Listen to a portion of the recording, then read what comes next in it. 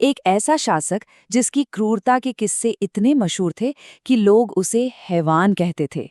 और फिर वही इंसान इतिहास का सबसे बड़ा शांति का दूत बन गया। ये कोई कहानी नहीं, बल्कि हकीकत है सम्राट अशोक की। एक ऐसा इंसान जिसके अंदर एक राक्षस और एक महात्मा दोनों जिंदा थे।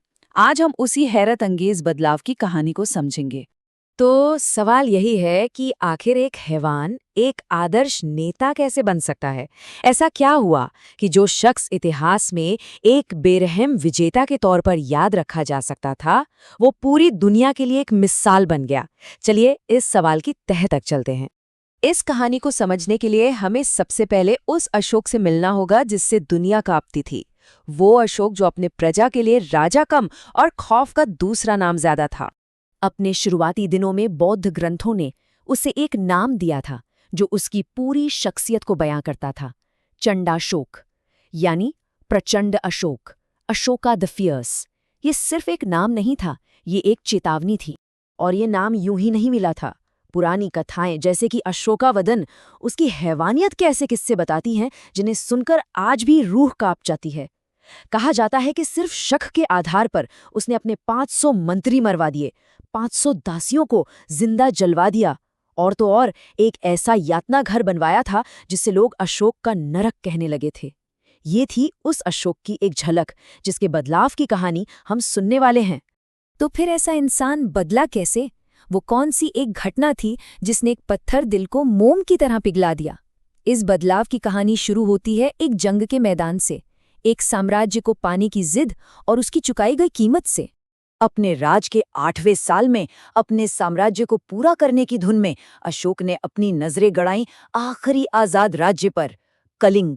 ये एक ऐसा युद्ध था जो सिर्फ जमीन के एक टुकड़े के लिए नहीं, बल्कि इतिहास बदलने के लिए लड़ा गया, और इसने अशोक को हमेशा हमेशा के लिए बदल कर रख दिया। उस जंग की कीमत क्या थी? जरा इस आंकड़े पर गौर कीजिए। करीब करीब 1 लाख लोग, 1 लाख जानें मैदाने जंग में बिछा दी गईं। एक साम्राज्य बनाने की चाहत में 1 लाख जिंदगियां पल भर में मिटा दी गईं। लेकिन तबाही का वो खौफनाक मंजर यही नहीं रुका। 1.5 लाख से भी ज्यादा लोगों को बंदी बना लिया गया। उनके घर, उनके परिवार, उनका सब कुछ उनसे छीन लिया गया। कलिंग की जमीन पर पीछे रह गई थीं तो सिर्फ लाशें, आहें और एक गहरी डरावनी खामोशी। अशोक को जीत मिल गई। कलिंग अब उसका था। पर जब उसने अपनी जीत के बाद उस मैदान को देखा, खून से सनी जमीन, रोते बिलखते बच्चे और जलते हुए घर, तो जीत का वो जश्न एक ऐसे गहरे सदमे में बदल गया जिसने उसे अंदर से तोड़कर रख दिया। और इस पश्चाताप का सबसे बड़ा सबूत खुद अशोक के शब्द हैं, जो उसने पत्थरों पर खुदवाए ताकि दुनिया हमेशा याद रखे। वो लिखता है, यह मेरे लिए गहरे दुख और पछतावे की बात है। सोचिए जरा, इतिहास में शायद ये पहली बार था जब कोई विजेता अपनी जीत पर जश्न नहीं बल्कि मातम मना रहा था। कलिंग का वो खूनी मंजर अशोक के लिए सिर्फ एक याद नहीं रहा, वो एक आईना बन गया, और उस आईने में उसे अपना वो चेहरा दिखा जिससे उसे खुद नफरत हो गई। ये कोई एक रात का चमत्कार नहीं था, बल्कि ये पश्चाताप की आग में धीरे धीरे हुआ एक ऐसा बदलाव था जिसने एक नए अशोक को जन्म दिया। और इसी पश्चाताप की आग से एक बिल्कुल नए अशोक का जन्म हुआ। एक ऐसा अशोक जिसने अपनी तलवार हमेशा के लिए म्यान में डाल दी और एक नया रास्ता चुना। वो रास्ता था धर्म का। अब सवाल ये है कि अशोक का ये धर्म आखिर था क्या? ये समझना बहुत जरूरी है। ये कोई मजहब या पूजा पाठ नहीं था। ये असल में शासन करने का, जीने का एक बिल्कुल नया तरीका था। एक ऐसा रास्ता जिसमें सबके लिए दया हो, सभी धर्मों के लिए इज्जत हो, पर्यावरण की देखभाल हो, और सबसे जरूरी, युद्ध का हमेशा के लिए त्याग हो। और ये सब सिर्फ खोखली बातें नहीं थीं। अशोक ने इसे अपनी हुकूमत का आधार बनाया। उसने इंसानों और जानवरों दोनों के लिए अस्पताल बनवाए, सड़कों के किनारे पेड़ लगवाए, कुएं खुदवाए ताकि मुसाफिरों को तकलीफ न हो, गरीबों और बुजुर्गों की देखभाल के लिए खास अधिकारी रखे, और हुक्म दिया कि हर धर्म की बराबर इज्जत की जाएगी। अब उसका साम्राज्य तलवार के जोर पर नहीं, बल्कि सेवा और दया से चल रहा था। अशोक का ये बदलाव सिर्फ उसकी जिंदगी तक ही सीमित नहीं रहा।